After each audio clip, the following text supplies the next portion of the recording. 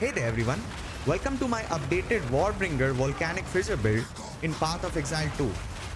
I have made some huge improvements to the build and now we are extremely tanky, deal incredible amount of damage, insane clear speed and as always, ton of fun to play. I will go over everything you need to conquer the maps. So without further ado, let's dive in and start with all our gear. Now, I'll be real with you, this setup can get a little expensive. And even I don't have max elemental resistances yet. As we all know how important those are, so keep working towards them. For the weapon, I'm using this beautiful great club. The most important modifiers you want are +6 to level up melee skills, increased physical damage, and some attack speed if you can get. Also, if you can get one with the added fire damage, that's incredible. For the shield, I'm using the Swollen. If it's too pricey, no worries, just grab any shield with high block chance, resistances and max life. For helmet, look for armor, max life, strength and resistance. Same goes for the chest piece, but prioritize elemental resistance a little higher. For both rings, go for attributes, added physical damage or fire damage. And try to get as much resistance as possible. On the amulet, I got super lucky with +3 to melee skills. If you can't get that, +2 is still perfectly fine. Grab the attribute strength, at least 20. For the anoint, I'm using hulking smash right now since it's cheap. But later, we will switch to lay siege. For gloves, aim for +2 to melee skills, strength and resistances. For boots, get movement speed, armor and all the resistances. I was saving this for the last. Try to get as much life as possible on all your gear. It will help you immensely in survivability.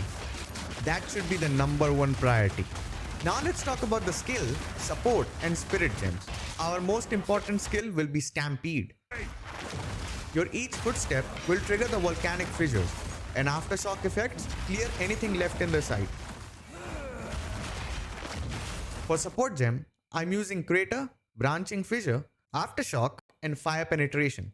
For Volcanic Fissure, we are using Branching Fissure, Elemental Armament and Concentrated Effect. For Forge Hammer, Magnified Area, Fist of War and Branching Fissure.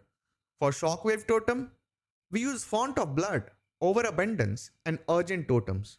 Here Font of Blood is extremely useful.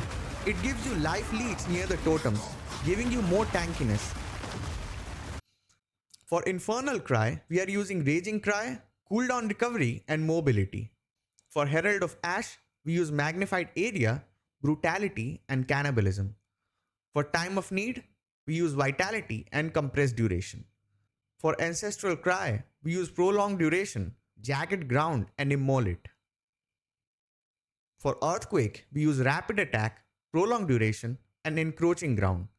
That's it for skills. Let's see the passive tree now. As always, I won't go over each and every node. Some important nodes will be the Molten One's Gift, so you can use fire damage for enemies' broken armor. Take Giant's Blood for using two-handed weapons in one hand and a shield in one hand. Don't forget Beef for +25 in strength. Splitting Ground is great, but I'm using some strength nodes, so maybe later I will spec into that.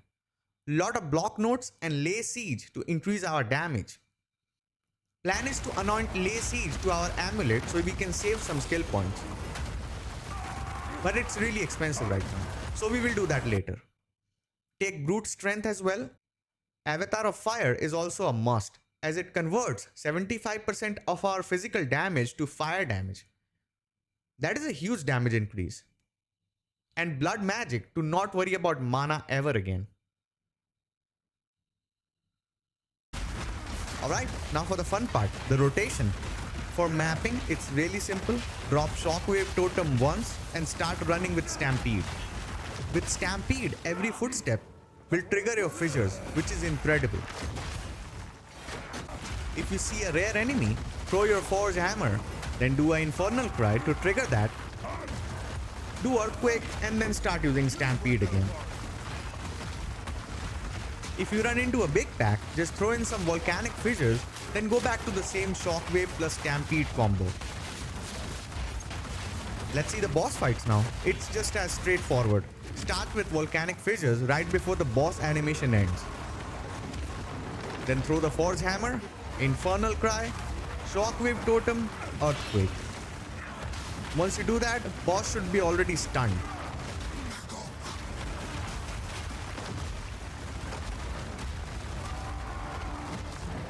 After that, just hit ancestral cry, walk around and watch the health bar melt away. This build absolutely destroys bosses while still being ton of fun to play. Alright, that's gonna be it for my updated Warbringer Volcanic Fissure build in Path of Exile 2. Drop a like if you enjoyed the video, comment if you have any questions or tweaks, and subscribe for more Path of Exile 2 builds. I'll see you in the next one. Bye bye.